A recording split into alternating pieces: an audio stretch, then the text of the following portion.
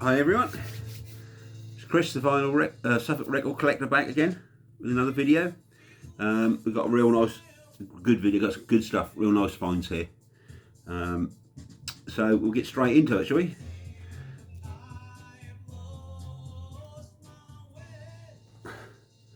First off, I've got a few soundtracks to show.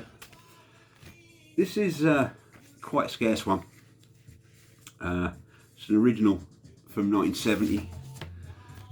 It's a soundtrack to Beyond the Valley of the Dolls, by a movie by Russ Meyer, cult movie by Russ Meyer. And this is an interesting one because this was released in 1970. So you've got, it's very much in the vein of garage, psych, American garage music, psych music.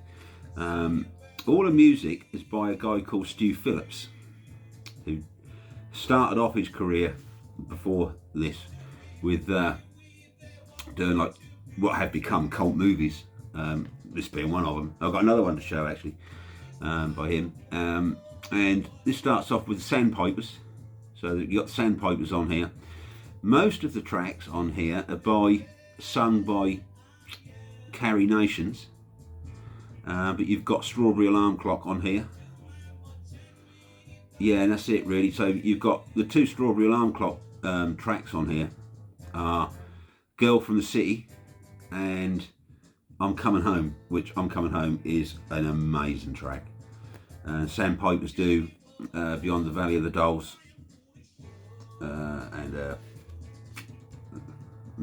instrumental version of it. So that's Beyond the Valley of the Dolls. This is quite scarce. This is in mint condition, never been played. It's on label, it's on Stateside, but that is a UK pressing. On the Stateside label, in beautiful condition, and this is a really good album. Very psyche, very light psych, garage. More garage, I suppose, but yeah, brilliant album. Check it out. Like I say, very hard to find, especially in that condition. I mean, it's virtually unplayed.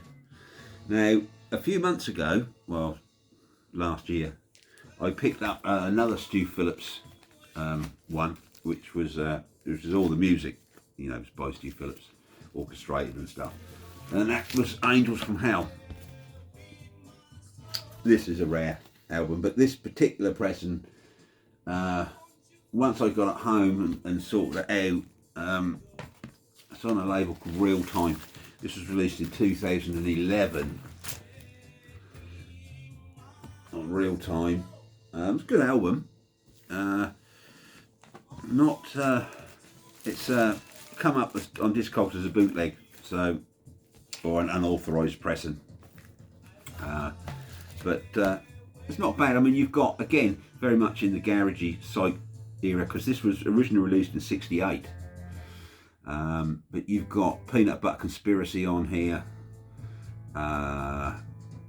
Lollipop Shop, Ted Markland. Again, all the music and stuff is by Stu Phillips, who you may not have heard of, but you will have heard his stuff, because he did loads of stuff for television as well later on in his career. He also did the soundtrack to Hell's Angels on Wheels, which I think was it was from 1970, 69, 70, and that was the film starring Jack Nicholson, in one of his very first ever film appearances. But also he done the music for Buck Rogers in the 25th Century. He also wrote the theme tune to Knight Rider, so that's him. So he's quite an accomplished composer, but and he did a lot of cult movies. Well, what movies that have gone on to be cult movies. Again, hard to find. This was not expensive at all when I bought this. It was about 15 quid, I think. But that's a good, rare, psyche type, garage type soundtrack. Right, next is the last soundtrack I've got to show, which is just I think this is an early 80s reissue. That's Bob Dylan, Pat Garrett and Billy the Kid. Again, this is from Sam Peckinpah's 1973 movie, starring, well, Bob Dylan was in it, but so was, let me get this right, what's his name? James Coburn and Chris Christopherson were also in this. Great film, absolutely great film. And the soundtrack's pretty good. That's just on normal CBS. This is the album that contains Knocking on Heaven's Door. On here, you've got right, you've got Turkey Chase. What else might you know? That's it really. The rest is just incidental music composed and that by Bob Dylan. It's a really good album. Really good album. Doesn't get a lot of love, but I love it. As a soundtrack, it's a great album. Right, so that's the soundtracks out the way. What we got next? This is a rare record and a grail for me, and I don't use that word lightly. You might think, oh well, okay, fair enough, but I've been looking for this for many years. Yes, I could go on eBay and snag a copy, but that's not how I do. That's not how I do it. I like to find things when I'm out and about. I find it in the long run a lot cheaper, to be fair with you. Although you can, people say you can get good bargains on eBay. Anyway, this was not. This was a bargain. Probably bargain of the year for me. I paid nowhere near Discogs median for this. And that's a first press, UK first pressing. Mono, obviously, of Procol Harum's debut album. When I was searching through bins, I come across this, which I do from time to time, and I always just go straight to the back cover and look for two magic words. And lo and behold, they were there. You can see it there. You might make it out, you might not. But anyway, this is the first press on Regal Zonophone. In the original EMI, in nice condition. Yeah, it's got some marks on it, but it plays extremely well. This was obviously released in 1967. Contains the tracks you probably all know, but I would say it starts off Side 1 Conquistador, She Wandered Through the Garden Fence, Something Following Me, Mabel, Surtees, Outside the Gates Off. Side 2, A Christmas Camel, Kaleidoscope, Salad Days Are Here Again, Good Captain Clack, and Repent or Purchase from the film Separation, which I've never seen. This sounds, I mean, I've got other versions of this. My go-to copy, I've got it here somewhere, yeah. My go-to copy of this when I want to hear it, from what I have in my collection, is this one, which was the music on vinyl, released from a few years ago on Fly Records. I always thought this sounded good, better than other represses I've got. But the moment this goes on the turntable, you know, this one lacks punch. Now I can compare it. This reissue of music on vinyl, which is good, do not get me wrong, it's good, lacks the punch that actually comes out of the speakers. Boom. I think you'll know what I mean. Yeah, brilliant. So happy to have found this at a below reasonable price, really. Guy obviously didn't realise what he had, I don't think. But yeah, so mega pleased to find that. Really happy. Next. Another record I've been looking for a long time. Yes, you can find it. But this is mint. This is mint. And I pay up a little, but nowhere near, you know, what they go for. Nowhere near. And that's Caravan in the Land of Grey and Pink. UK first press on Durham.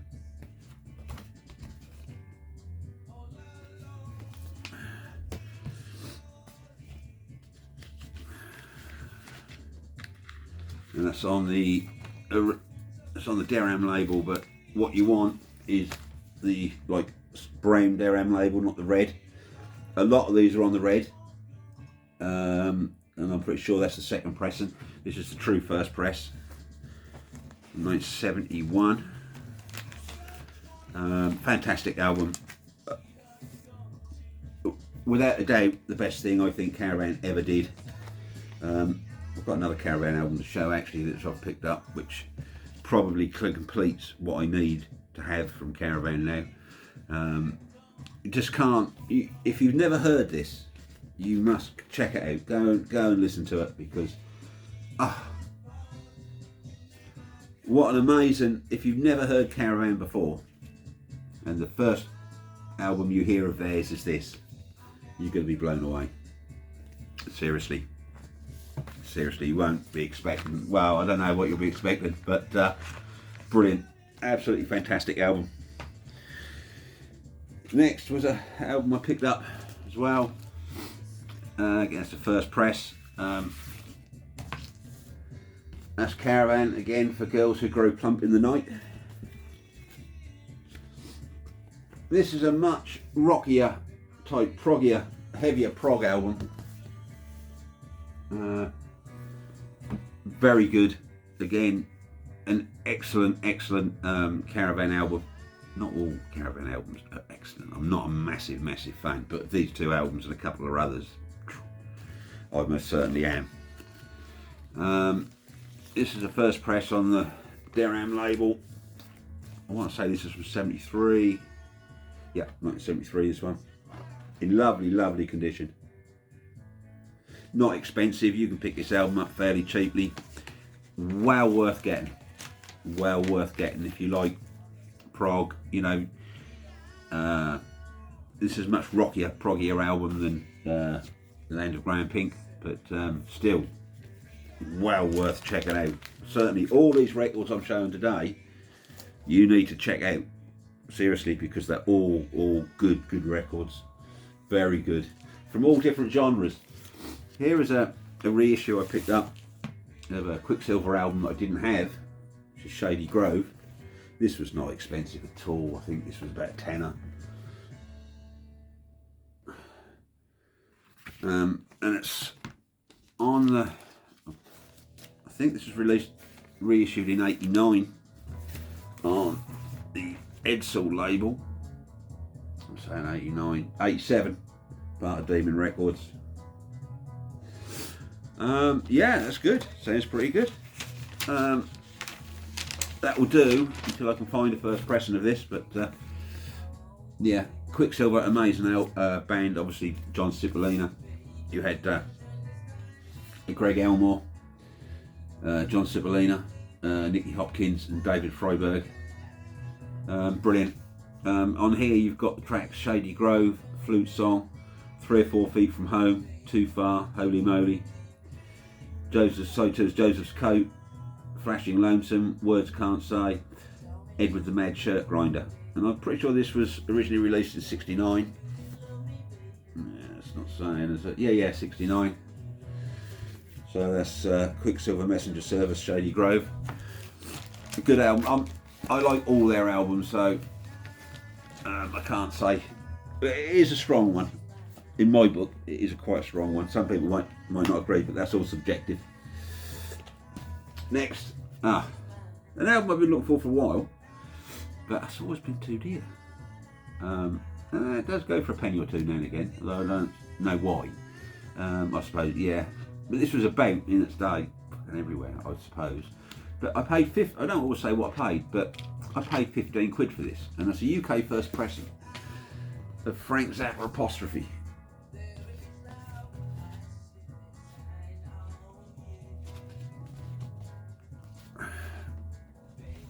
And like I say, a UK first press on the Discreet label, and that's in amazing condition. Really nice. Really nice. And I'd always hung off getting it because it's been like 20, 30, 40 quid, and they're not been very nice copies, you know what I mean? Trashed, but yeah, really pleased. I mean, obviously we all know, we should do, you know, like again, if you've never heard Zappa, go to this album. Yeah, you got Side 1, Don't Eat the Yellow Snow. Nanook rubs at San Alfonso's Pancake Breakfast, Father Oblivion and Cosmic Debris. Side 2, Eccentrical Force, Apostrophe, Uncle Remus and Stinkfoot. Brilliant, absolutely, and it sounds amazing. It is a real amazing sounding record, that one. Check it out. Like I say, check all these out. I mean, some of you are going to say, well, you ain't got nothing new or different there. But, yeah, well, maybe not. But this now finishes my Elton John crusade to get all the DJM pressings. His early records up to 75. Well, Rock of the Westies is the last one I'm really interested in. I've got them all now. This was the last one I was looking for, and that was Tumbleweed Connection by Elton John. Although I've not checked this out on Discogs yet, something's telling me I'm not so sure this is a first press.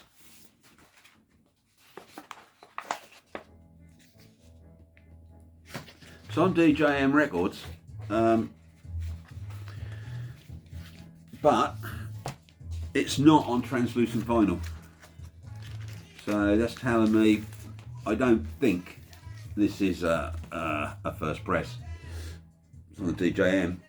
I've got to check it out, do a little bit more research, but that is not translucent at all, or hardly. So maybe this one wasn't done on translucent vinyl, but I'm pretty sure it was, because DJM used the pressing people that their formula was that at that time. So Tumbleweed Connection, great album. It's got Burn Down the Mission on. I think this is the only album, and it's in great condition, but I think this was the only album from that series up to 75 that maybe the live one didn't, but didn't contain a single. There was no single released from this album, from what I can make out. There was no single from this. Well, all the others had a single, had a chart single. So that finishes my Elton John collection. I've got all those now. Next, I was flicking through some bins one day and bought this. I think it was a £5. It's a UK first press. And it's recently, I believe, been reissued. And that's Diamond Life by Sade. I remember this back in the day. I don't think I ever bought it back in the day. This was massive. This came out in 83, I believe, 84, sorry. Contains the two huge tracks off here, Smooth Operator and Your Lover's King.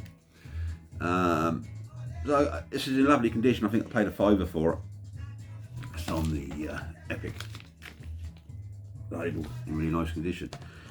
When I got home I chucked it on. I just couldn't believe how good this sounds. And you can get this, I mean, I've seen this in charity shops for a couple of quid. I have done. But like I say, I bought this one. It's in really nice condition. I think it was £5.99. Why would you want to buy the reissue when this sounds fucking killer? And I'm pretty sure you can go out and get this under a tenner anywhere. And if you went out one day, you'd come back with a copy of this. I'm sure you would. If you went out looking, you haven't got to look hard for that one. But it's an amazing sounding record. Really, really is. Next. Oh God. Right.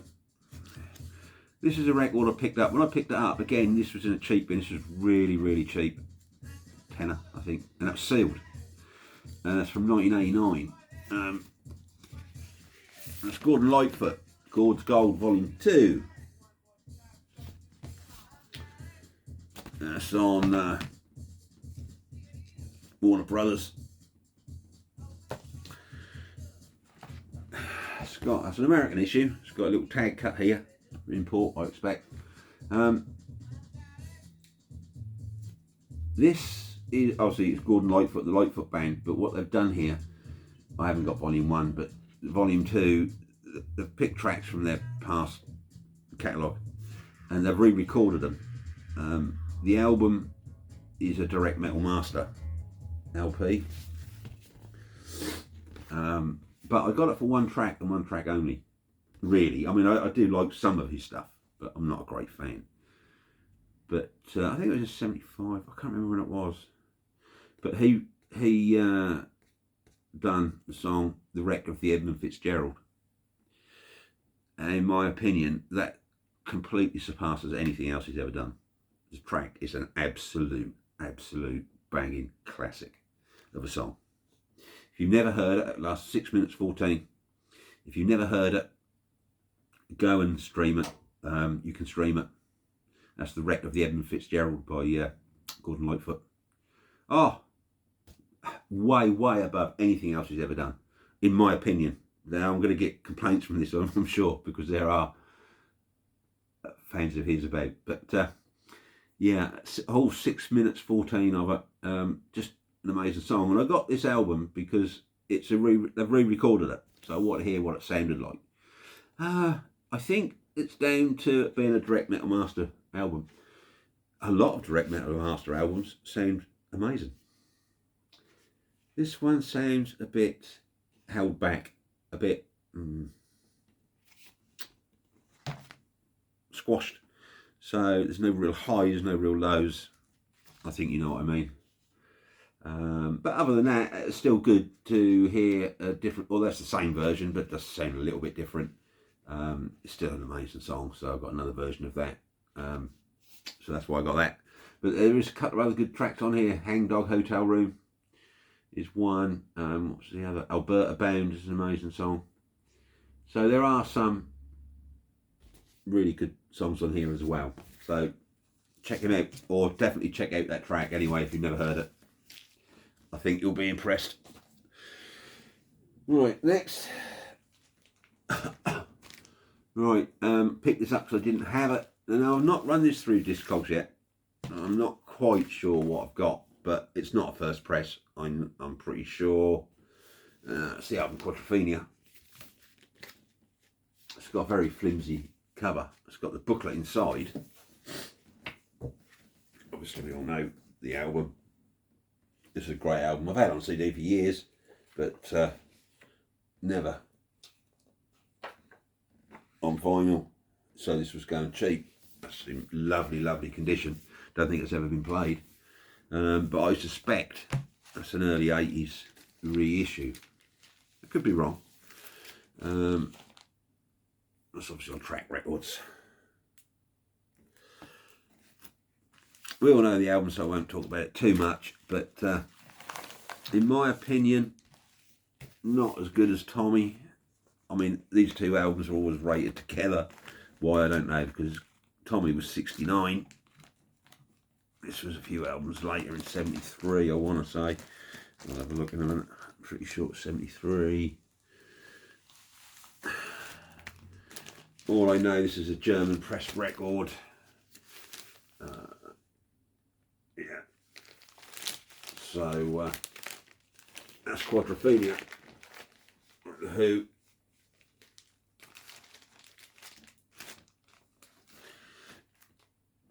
Really pleased to get that in the collection. And a new record. I had the original of this, but I got rid of it. It really didn't sound that good. This was quite a few years ago. But I loved the album, but it's one that I purged away. And like I say, because I had the original pressing of this, and it really didn't sound anything that good. Alice in Chains Dirt. This is the new reissue. I picked this up on, I would say Friday, I reckon, and then shop got it. It's the limited edition on opaque yellow vinyl. And what can I say about it that we don't know? This sounds freaking amazing. This is a really good sounding record. I say it, I've got it on opaque yellow vinyl. It's a 2 record set, obviously, like originally. So pleased to get this, and although the system I have now wasn't the system I used to have when I had this originally, but I still think the original would have struggled, even on my system, the same as good as this. This sounds pretty good. Yeah, a very good edition and well worth getting hold of. Hope sticker. Definitely well worth buying as a reissue in my book because of the way it sounds. Right, side one, you got Them Bones, That River, Rain, When I Die. B-side, Down in a Hole, Sick Man, Rooster. Side C, Junkhead, Dirt and Godsmack. And D-side, Hate to Feel, Angry Chair and Wood. Amazing album.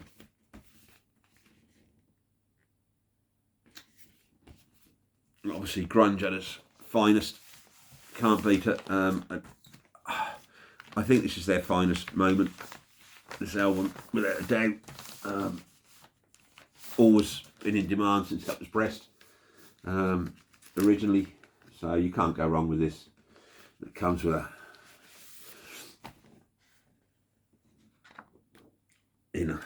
original.